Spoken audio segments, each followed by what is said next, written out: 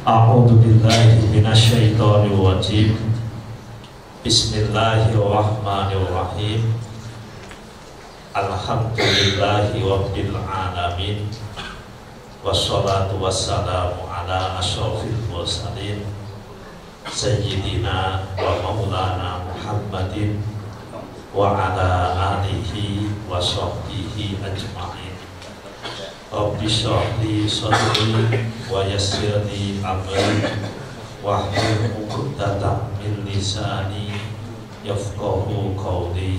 Amma ba'd. Hadirin hadirat, bapak-bapak, ibu-ibu, segenap dewan guru dan karyawan serta kepala sekolah di lingkungan Lembaga Pendidikan Islam Hidayatullah yang insya Allah dirahmati Allah Subhanahu wa Ta'ala.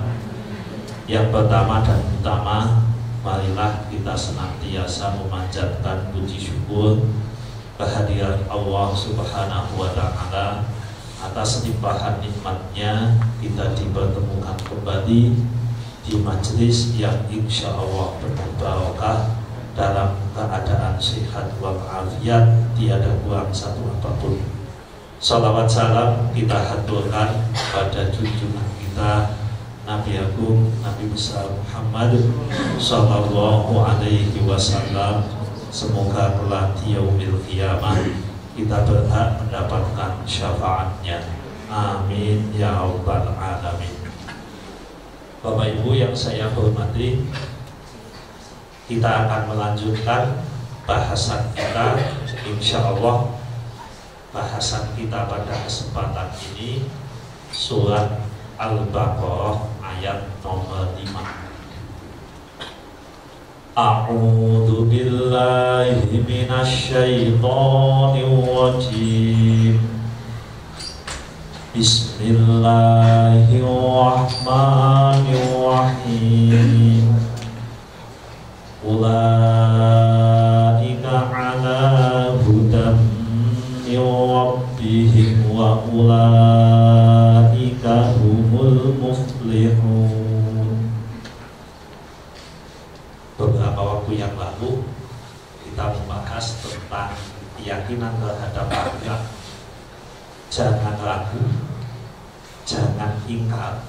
Pilihan kita hanya satu, yakin. Karena kalau ingkar berarti tidak percaya, kalau ragu setengah percaya.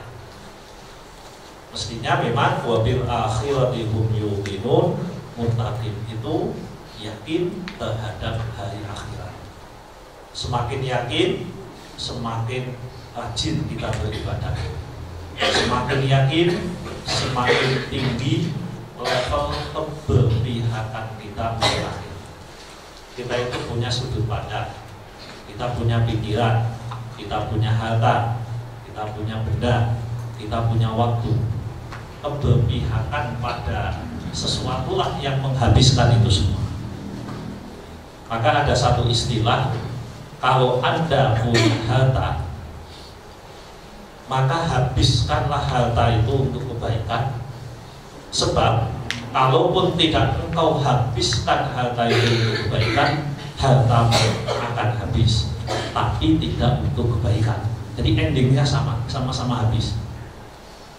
Anda diberikan kesempatan waktu oleh Allah, habiskan waktu itu untuk kebaikan.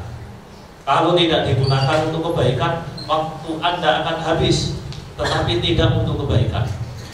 Jadi endingnya sama, waktunya habis. Semua akan habis, ada masanya Bapak Ibu. Panjenengan muda, ada masanya selesai. Nanti tua, yakinlah.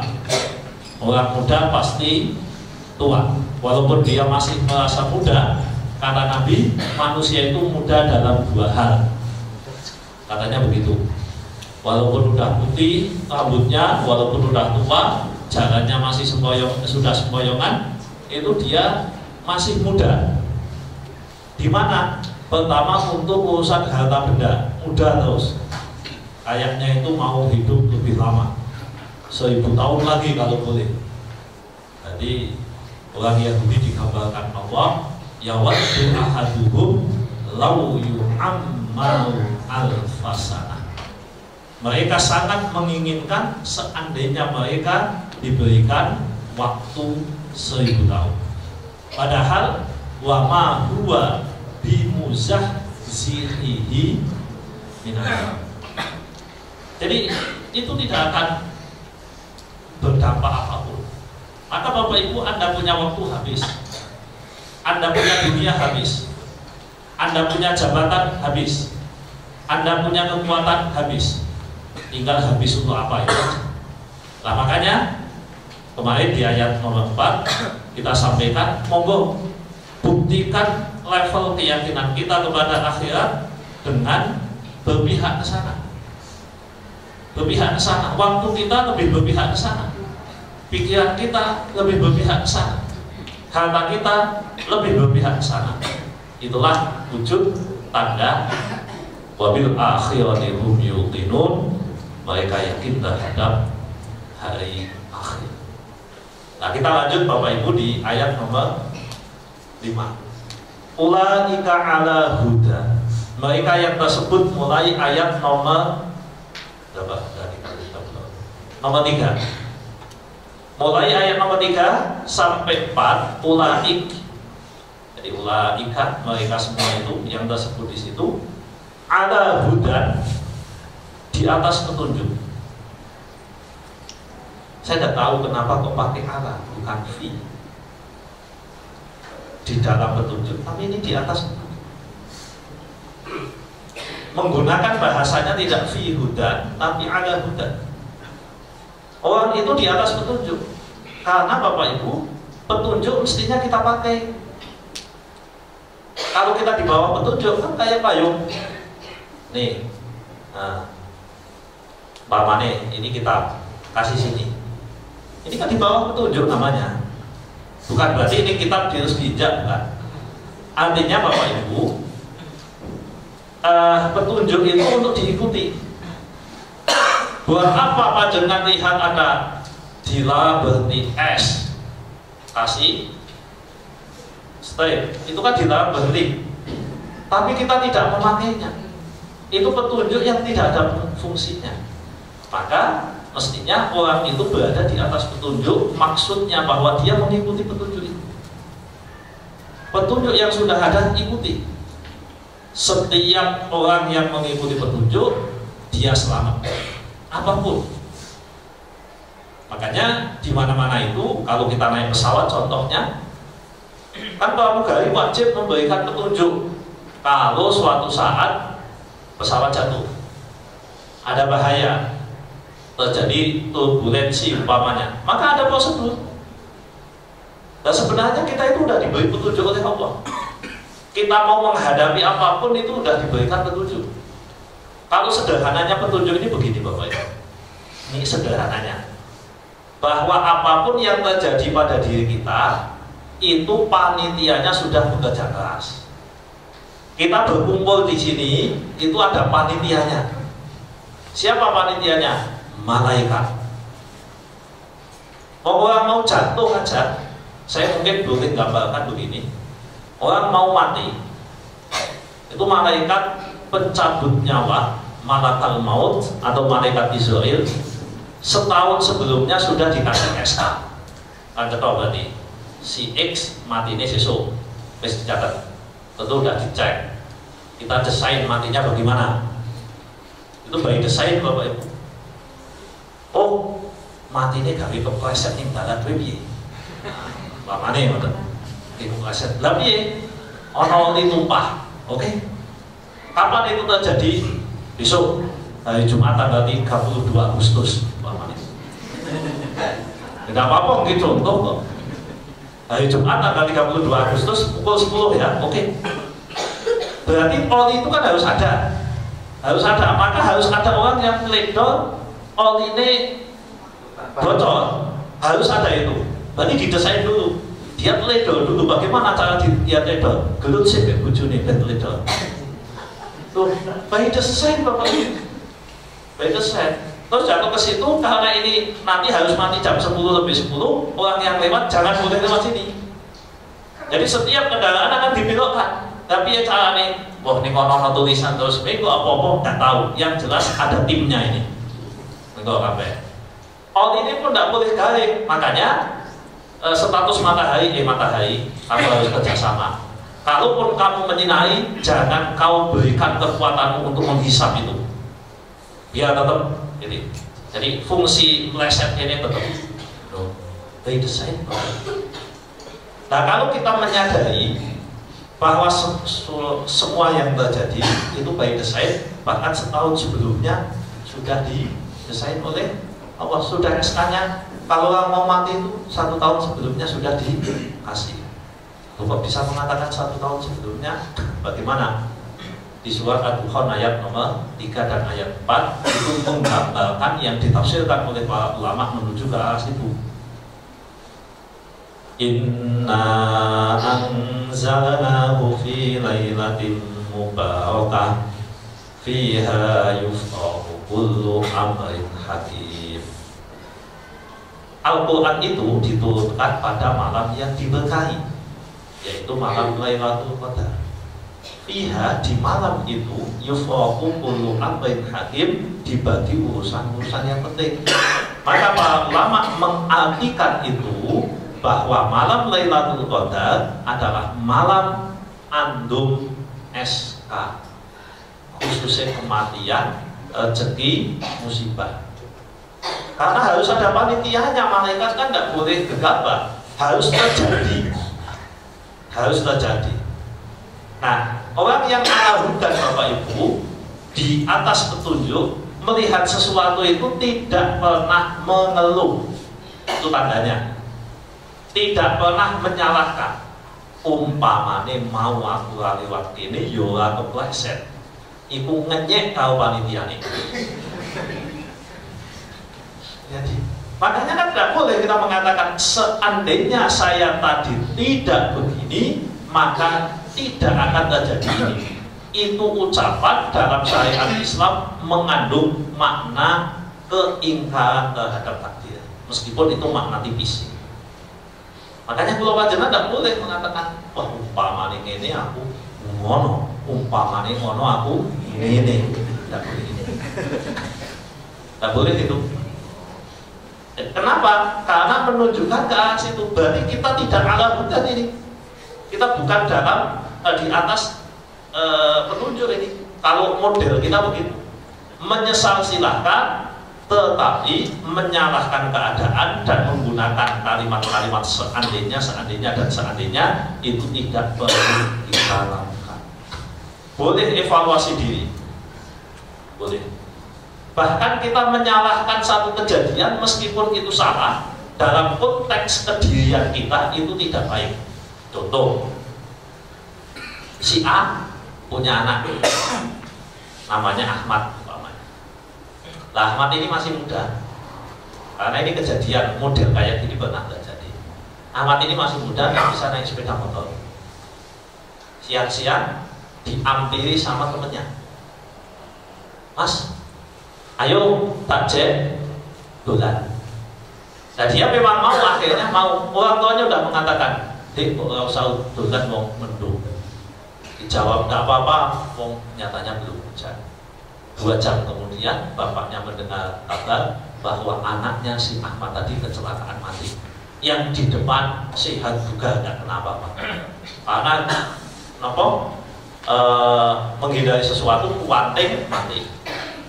Itu orang tua terus kemudian begini, seandainya tadi saya tidak mengizinkan kejadian ini tidak akan terjadi. Kalimat itu tidak boleh. Kalimat itu dosa Bapak Ibu. Ada indikasi-indikasi tertentu bahwa kita ada sedikit atau mungkin banyak ketidakpercayaan terhadap takdir, itu satu.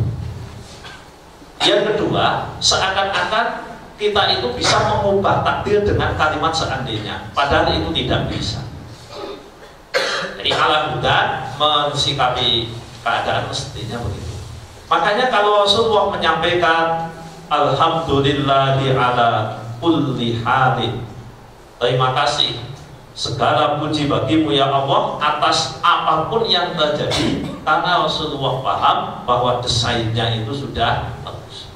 panitianya sudah bekerja maksimal, sehingga perlu untuk dialhamdulillahi, perlu untuk disyukuri atas apapun yang terjadi.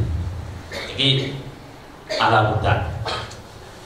Yang kedua, Bapak Ibu, di dalam Al-Quran hudan itu sering di VS-kan, dilawankan dengan dua, satu dolalah, yang satu hak, memang hak batin ya. Jadi yang satu dolalah biasanya lawan hudan, lawan petunjuk itu sesat. Famada ba'dal haqqi illa dhalal. Tidak ada selain yang benar kecuali yang sesat. Itu untuk urusan tauhid. Bahkan ada seorang ulama yang sangat teliti. Beliau itu mengutip makna dol, lawan dari kata hudan. Jadi kalau orang mendapatkan petunjuk, berarti lawannya hudan. Nah, masalah. Lawannya dol, sesat. Jadi sesat dan petunjuk itu dua hal yang berlawanan. Nah, ketika membahas siapa-siapa yang berlawanan dengan orang yang ala hudan, berarti orang itu dol, ala dolalim mubin, bukan ala hudan, bukan di atas petunjuk tapi di atas kesesatan. Saya mencatat ada kurang lebih 18 sebutan di dalam Al-Quran yang menunjukkan bahwa orang itu memilih dolalah daripada hidayah, memilih kesesatan daripada petunjuk. Itu ada 18, Bapak Ibu. Dan itu di Quran semua. Di antara yang 18, satu, orang yang kitman. Kitman. Nah, kitman apa kitman? Menyembunyikan kebenaran. Jadi menutupi kebenaran. Kebenaran itu sebenarnya bisa tampak jelas, sampai ada orang yang sengaja menutupinya. Kebenaran itu sebenarnya dari dulu itu jelas, karena bahasanya siapa ya? Einstein apa-apa. Sebenarnya tidak ada terang kalau tidak ada gelap. Dua-duanya itu ya ada. Intinya bahwa itu semua ada. Kalau Anda mengatakan bahwa ini hidayah, petunjuk, maka di balik itu pasti ada kesesatan. Nah, yang nampak karena kita yakin Allah Al-Haq, Allah yang Maha Benar, maka sesungguhnya pewujudan yang nampak itu selalu benar. Berarti teori kita begini, semua itu benar kecuali yang disalah-salahkan. Anda itu baik semua kecuali yang berbuat jelek. Anda itu jujur semua kecuali yang suka bohong. Jadi intinya baik semua. Kullu mauludin yuladu ala fitrah. Setiap yang dilahirkan dalam kondisi fitrah, suci. Tidak ada manusia lahir bawa dosa. Tidak ada manusia lahir bawa penyakit hati. Tidak ada. Tidak ada orang lahir membawa kesombongan. Tidak ada. Yang ada hanya potensinya. Allah memberikan potensi, fa'alhamaha fujuraha wa taqwaha, itu aja. Nah, kebenaran itu mestinya terlihat sampai kita menutupi hati kita dari kebenaran, atau memang kebenaran itu ditutupi oleh orang lain sehingga Anda tidak nampak kebenaran itu. Itulah yang kita sebut kitman. Lawan kata dari tabligh itu kitman. Kalau tabligh itu menyampaikan, sifatnya Nabi itu kan ada 4: tabligh, siddiq, fatonah, amanah. Nah, tabligh itu menyampaikan, tetapi tidak hanya menyampaikan yang benar dengan cara yang benar sesuai dengan prinsip kebenaran. Itu tabligh. Kalau hanya menyampaikan yang benar, maksudnya jelek, itu ada kalimatnya. Kalimatun haq uridu bihal batil. Kalimatnya benar, kabeh elek. Itu tidak pas. Jadi kalimatnya benar, tapi tujuannya jelek. Dan bisa ini dengan beberapa distorsi retorika makna itu bisa. Bisa kita menyampaikan kesannya benar, padahal maksudnya tidak benar. Ini mungkin dalam realitas kehidupan kita, sering kita jumpai. Jadi kita tahu, ini kira benar, wis ngerti nek kira benar, tapi disampaikan dengan bahasa-bahasa kebenaran. Jadi membungkus kemaksiatan, kejelekan dengan kebenaran. Dan ini banyak orang yang mudah tertipu dengan cara yang seperti ini. Inilah sifat kitman. Yang kitman itu disebut menjual kesesatan dengan hidayah. Ayatnya bagaimana? Innal ladzina yaktumuna ma anzalallahu minal kitabi wa yashtaruna bihi thamanan qalila ulaika ma ya'kuluna fi butunihim illan nar wa la yukallimuhumullahu yawmal qiyamati wa la yuzakkihim wa lahum 'adzabun 'alim. Ulaika alladzina ishtaraw ad-dhalalata bil huda wal 'adzaba bil maghfirah fama asbarahum 'alan nar. Ayat masih panjang. Jadi titik tekan kita adalah mereka menjual hidayah dengan kesesatan. Itulah kitman. Jadi sederhananya, pelaku kitman itu bukan ulaika ala huda. Mereka tidak dalam petunjuk. Meskipun nampak dalam petunjuk, tetapi bukan pada petunjuk.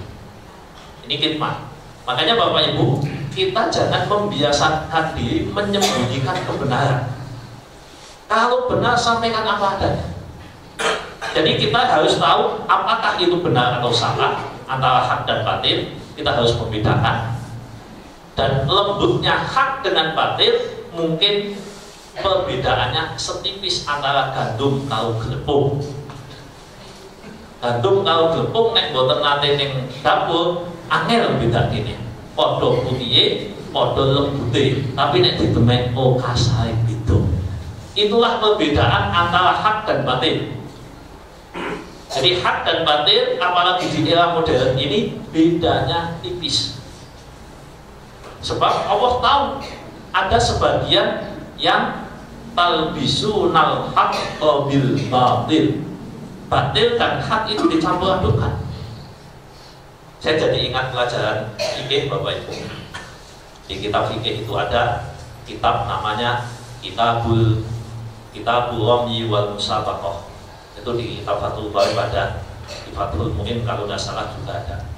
Kitab membahas tentang panahan dan lomba.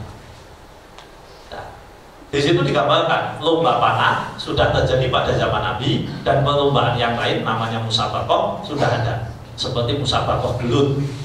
Jadi one fight itu namanya musabaqah itu.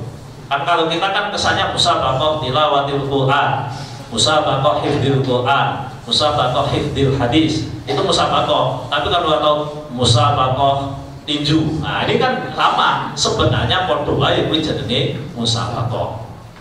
Nah dulu kan sudah sering ada musabaqah tinju, ada musabaqah bulan, ada musabaqah panahan, ada musabaqah macam-macam.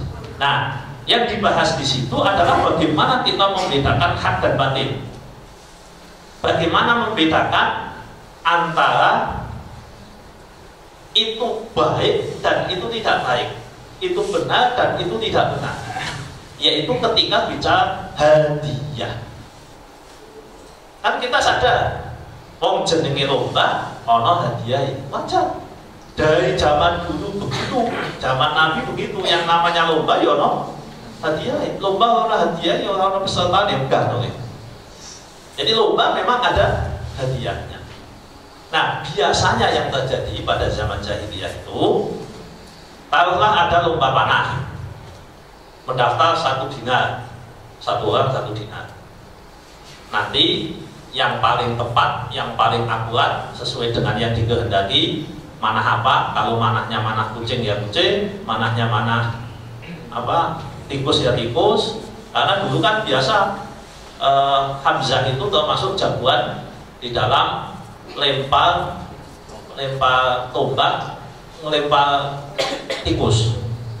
Jadi sing dilempar tikus mlayu. Kula panjenengan kula jajal kelinteng tikus angkene kawan kok. Niku nggawa tombak leh ngicep pripun wong saka atuh Jess. Itu lombanya dulu model begitu itu.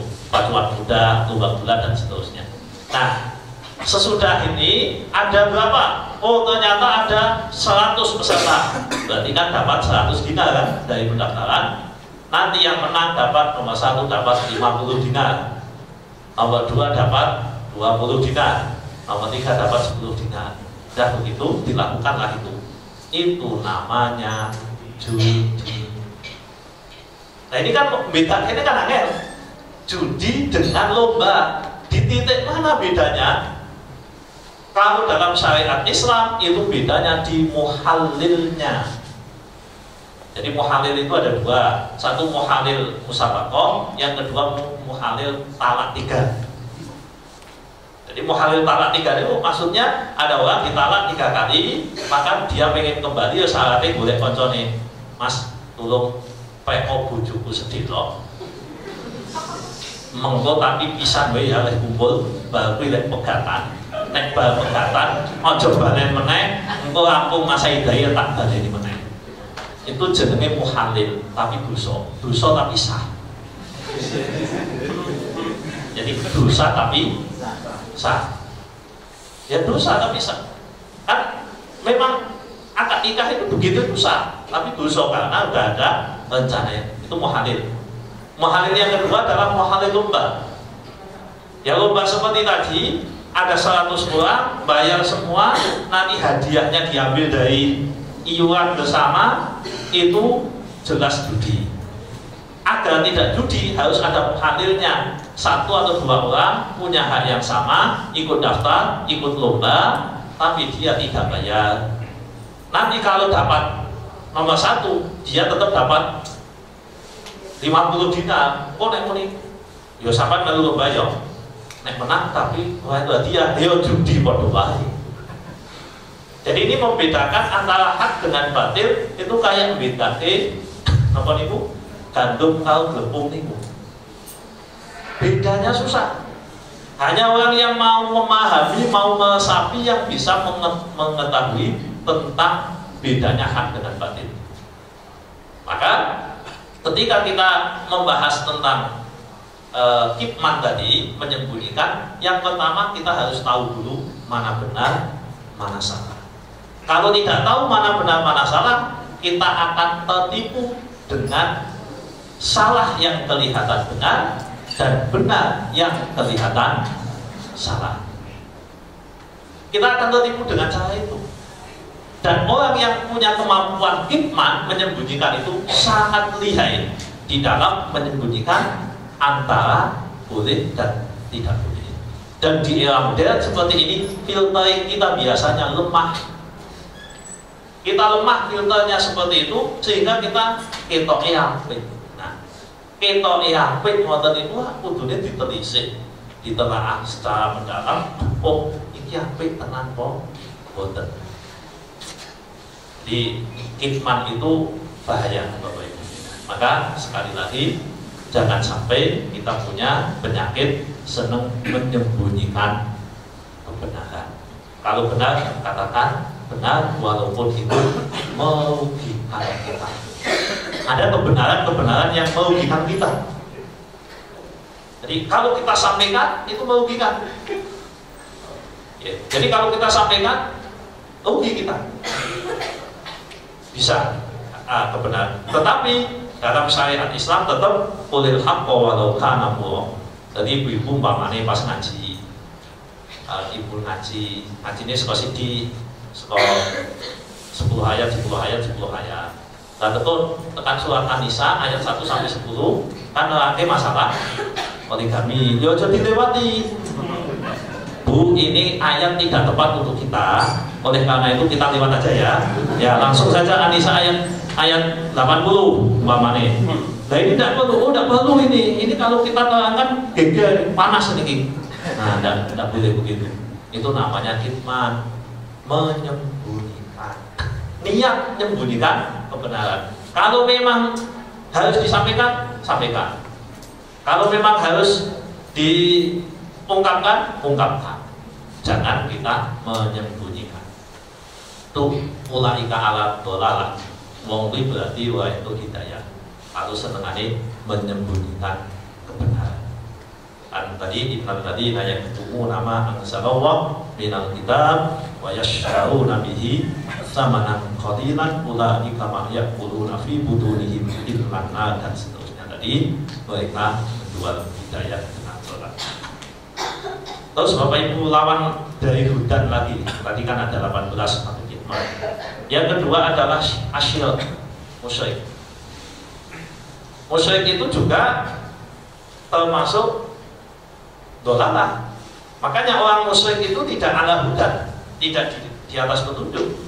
Innallaha la yaghfiru an yushraka bihi wa yaghfiru ma duna dzalik wa yaghfiru ma duna dzalika liman yasha. Terus di belakangnya itu kan ada dua model. Wa may yusyrik billahi faqad dhalla dhalalan ba'ida. Malah ini disebutkan dhalalan ba'ida. Ini tahu kita begitu. Penguatannya itu udah 2 kali. Dia sudah sesat, sangat sesat dan jauh. Itu yang namanya kemusyrikan. Nah, orang yang dolal di dalam kesesatan, dia tidak ala hudan. Makanya orang musyrik itu tidak dalam keadaan mendapatkan petunjuk. Ketika orang musyrik menyekutukan Allah, meyakini ada Tuhan selain Allah, meyakini bahwa ada sesembahan yang disembah selain Allah, maka bagaimanapun dia tidak mendapatkan petunjuk. Orang yang seperti itu, bagaimana langkah kita, sikap kita? Yang jelas kita harus meyakinkan bahwa perbuatan seperti itu adalah dosa besar. Sampai para ulama itu debat masalah ayat ini berlaku untuk semua atau tidak. Kan Allah sampaikan innallaha la yaghfir, Allah tidak akan mengampuni ayyusyraka bih, kalau ada orang yang menyekutukan Allah, wa yaghfiru ma duna dzalik, dan Allah mau mengampuni yang lain asalkan jangan musyrik. Ini kan menjadi perdebatan karena di ayat yang lain Allah sampaikan di ayat yang lain la ya'asu bi rahillah innahu la ya'asu bi rahillah innahu la ya'asu bi rahillah illal qaumul kafirun illal qaumul kafirun. Jangan kalian berputus asa dari rahmati Gusti Allah. Bahkan di ayat yang lain Allah sampaikan innallaha yaghfiru dzunuba jami'a, Allah mengampuni semuanya dosa. Maka ayat ini menjadi perdebatan. Yang intinya bahwa musyrik itu dosa besar, yang intinya bahwa musyrik itu kesesatan, yang intinya bahwa kemusyrikan itu harus kita jauhi. Segala bentuk-bentuk kemusyrikan harus kita jauhi. Tetapi kita juga, saya sering sampaikan ini, jangan gampang menuduh musyrik pada orang lain. Pakailah standar paling kuat untuk diri kita, standar level tertinggi untuk diri kita, tetapi maklumilah orang lain dengan standar yang lebih longgar. Gampangnya ngeten. Untuk diri kita pakailah standar syariat level tertinggi, untuk orang lain pakailah standar hakikat level tertinggi. Sehingga kita tidak mudah memusyrikkan orang. Saya punya teman-teman itu berdebat masalah mendem das tebu, masalah mendem das tebu, utawa buat sego ning laut, ning kali, sego apa nasi atau makanan tertentu dibuat ning laut, utawa dibuat ning sungai. Ini perdebatannya di 2 titik. Pertama, perilaku tersebut apakah musyrik? Kita orang awam biasanya langsung mengatakan, "Kuwi musyrik," stop. Tapi nek ditetel orang ngerti. Lah kok musyrik sing ngerti. Lah kuwi buat koyo apa? Buat sego ning laut, berarti kan musyrik. Berarti kok musyrik itu alasan untuk mengatakan musyrik di mana? Kalau Anda tidak punya alasannya, maka Anda sudah sudah menuduh tanpa bukti.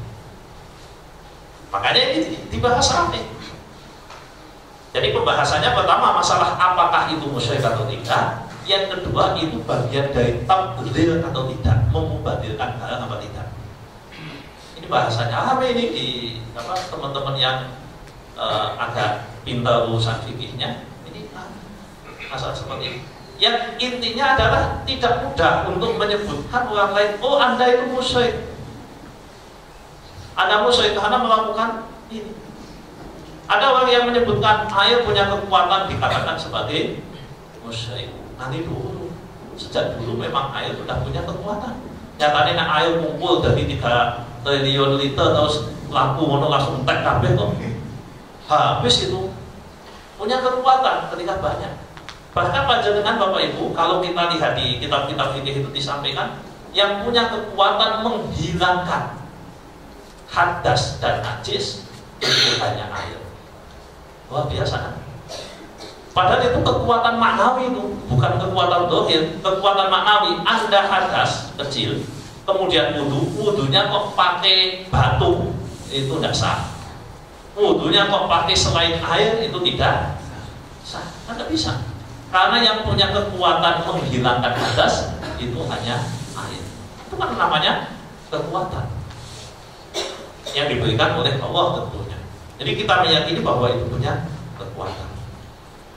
Jangan mudah untuk menuduh musyrik. Jadi untuk orang lain, hati-hati kita menuduh si A, si B, si C, itu perilaku musyrik. Hati-hati. Kalimat kita mengatakan itu perilaku musyrik harus dipertanggungjawabkan. Panjenengan harus menghadapi sidang ucapan Anda. Jadi Anda akan disidang. Bapak, Anda pernah mengatakan bahwa perilaku itu musyrik? Ya. Apa alasan Anda? Ya setahu saya begitu. Kok setahu saya? Dan alasan Anda apa? Saya tidak punya alasan. Berarti Anda berbohong. Jadi kita harus punya alasan kuat. Kalau kita tahu, oh ternyata ini dilakukan dalam rangka meyakini. Nah, meyakini itu kan batin.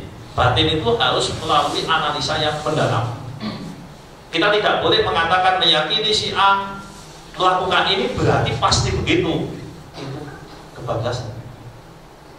Tetapi kita jangan melakukan itu. Jadi kita jangan melakukan itu, bahwa itu perbuatan maksiat, ya. Begitu itu maksiat, ya betul. Sebab ada di wilayah Mesir dulu orang yang biasa mempersembahkan sesuatu kepada Sungai Nil. Ternyata yang di dalamnya itu maksudnya orang jin nakal yang ada di situ. Lah jin itu memang panganannya aneh-aneh. Kita masuk pitik cemani nek cowok ini macam-macam niku panganane jin niku. Jadi diuncalnya ditangkap tahu jin. Lah apakah perbuatan seperti itu disebut kemusyrikan atau tidak? Itulah yang menjadi perdebatan. Karena musyrik itu sing cetha menyembah selain Allah. Niku jenenge musyrik jali cetha welo-welo. Bentuk nyatane sujud. Nek ana wong kok sujud karo berhala musyrik. Pun betul usah istimal meneh, ora usah nganggo babi malik cetha. Kalau ada orang mengatakan, umpamanya si X mengatakan bahwa saya menyembah binatang, maka dia musyrik. Cetha. Lah tapi nek perilaku seperti tadi itu musyrik ihtimali, musyrik kemungkinan. Karena itu kemungkinan berarti harus ada analisa. Analisanya harus mendalam. Kalau kita tidak tahu, jangan sok tahu. Jangan sering memvonis sesuatu itu musyrik. Dulu Ponai, rame kan Ponai?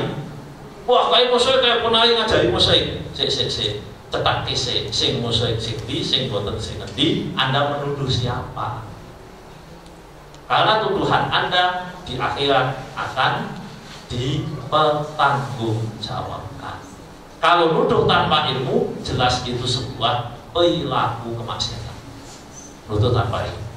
Lu nyata nih musyrik itu mengatakan nyata nih tapi wah iso nyetake kok. Berarti kan nggak nyata nih, itu asumsi kita. Kan kaidahnya begini, ayo sampaikan kaidah. Bagaimana kaidahnya? Kan kita harus terbuka, open mind Bapak Ibu. Jangan sampai ungkapan kita itu kita proteksi sedemikian rupa, intinya semua podo aku. Sampean kok bila pun aja, berarti sampean musyrik pisan, musyrikin luar. Nah, kan mana? Jadi ini bukan bela si ponai, bukan membela si XY, bukan. Tetapi ini tepatkan persoalan pada persoalan yang seharusnya.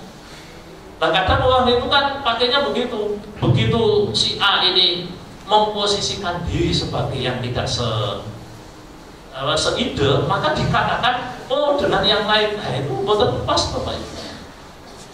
Bahkan kalau di ranah perdebatan memang kita sering menggunakan cara bahwa kita itu sebagai orang yang tidak sepaham untuk mengerti tentang bagaimana argumen itu kuat atau tidak, maka kita memposisikan diri sebagai orang yang tidak sepaham. Kalau argumen Anda kuat, berarti bagus. Inilah yang akan kita ikuti. Jadi Bapak Ibu, hati-hati. Kita ini sesuatu harus hati-hati. Makanya memang saya termasuk dididik dalam konteks untuk kehati-hatian luar biasa ketika menuduh sesuatu. Kemarin itu ada pertanyaan di atau Fitri tulis kemarin. Pertanyaannya bagus, saya lupa artinya. Kalau tidak salah juga masalah kemusyrikan. Saya hanya menyampaikan bahwa itu, saya garis bawahi, terindikasi kemusyrikan, terindikasi yang perlu kita tindak lanjuti. Itu hanya premis awal yang harus ditindaklanjuti dengan bukti-bukti yang sesudahnya. Jadi ada dua bukti permulaan lah untuk jadi tersangka. Tersangka musyrik itu dua bukti permulaan. Lah apakah kemudian nanti bisa jadi terpidana kan nanti engko nek di peradilan kalah ya sidang kok piye to kowe. Tapi ini untuk menjadi tersangka, padahal tersangka tidak boleh dikatakan salah kan? Asas praduga tak bersalah. Kalau kita menuduh si X musyrik dan kita sudah memvonis dia salah, kita sudah override kebablasan itu. Dan itulah perilaku sebagian kita. Wong Islam sebagian kaya menunggu. Ya sadar atau tidak sadar, itulah mungkin yang membuat kita mundur. Itulah mungkin yang membuat kita gampang gontok-gontokan. Itulah yang mungkin membuat kita gampang saling berlawanan. Padahal masih ihtimal, kemungkinan yang bisa banyak terjadi. Makanya antara hak dengan dolal nanti bedanya akan tipis. Ada kalimatnya hak tujuannya batil, ya tidak boleh. Apalagi kalimat batil tujuannya batil. Bahkan kalimat batil tujuannya hak saja tidak boleh. Jadi ngapusi tujuannya apa? Cuman kalimat batil itu bihal hak. Tujuannya apa? Dan apa? Benanya bujuku. Gak mau ngapusi piye? Ya aku nek rumah soya sini ya cewek, tapi kan yo aku kondone niki. Kan ngapusi tujuannya apa? Niku ngapusi salah. Kalimatun batil itu bihal hak. Lah jadi Bapak Ibu, kembali ke ayat tadi, ulaika ala huda. Mereka yang tersebut di ayat nomor 3 dan ayat nomor 4, mereka lah yang ala huda. Yang ala dolala itu ada 18. Sesuai catatan saya bisa lebih banyak itu di Quran. Nanti di hadis mungkin bisa tambah berpuluh-puluh. Yang di Quran aja seperti itu. Artinya moga kita mengupayakan diri kita untuk berada pada posisi di atas hidayah, posisi mengikuti petunjuk yang diberikan oleh Allah sebuah tenaga kita. Saya kira itu Bapak Ibu, mohon maaf ini kelebihan 3 menit. Monggo kita akhiri pertemuan ini dengan doa. Semoga pertemuan ini barokah, kita mendapatkan ridha dari Allah dan akhirnya diberi husnul khotimah. Amin ya rabbal alamin. Bismillahirrahmanirrahim. Allahumma shalli wa sallim wa barik ala sayyidina Muhammad wa ala ali sayyidina Muhammad. Alhamdulillahi rabbil alamin. Allahumma ighfir lana dzunubana wa liwalidayna warhamhuma kama rabbayana shighara. Allahumma inna nas'aluka imanan kamilan wa yaqinan shadiqan wa ilman nafi'an wa amalan shalihan maqbulan Allahumma arzuqna rizqan halalan thayyiban wasi'an katsiran mubarakan. Rabbana ij'alna muqimash shalah wa min dzurriyyatina Rabbana wa taqabbal du'a. Rabbana atina fid dunya hasanah wa fil akhirati hasanah wa qina adzabannar. Wa sallallahu ala sayyidina Muhammad walhamdulillahi rabbil alamin. Terima kasih, kurang lebihnya mohon maaf. Assalamualaikum.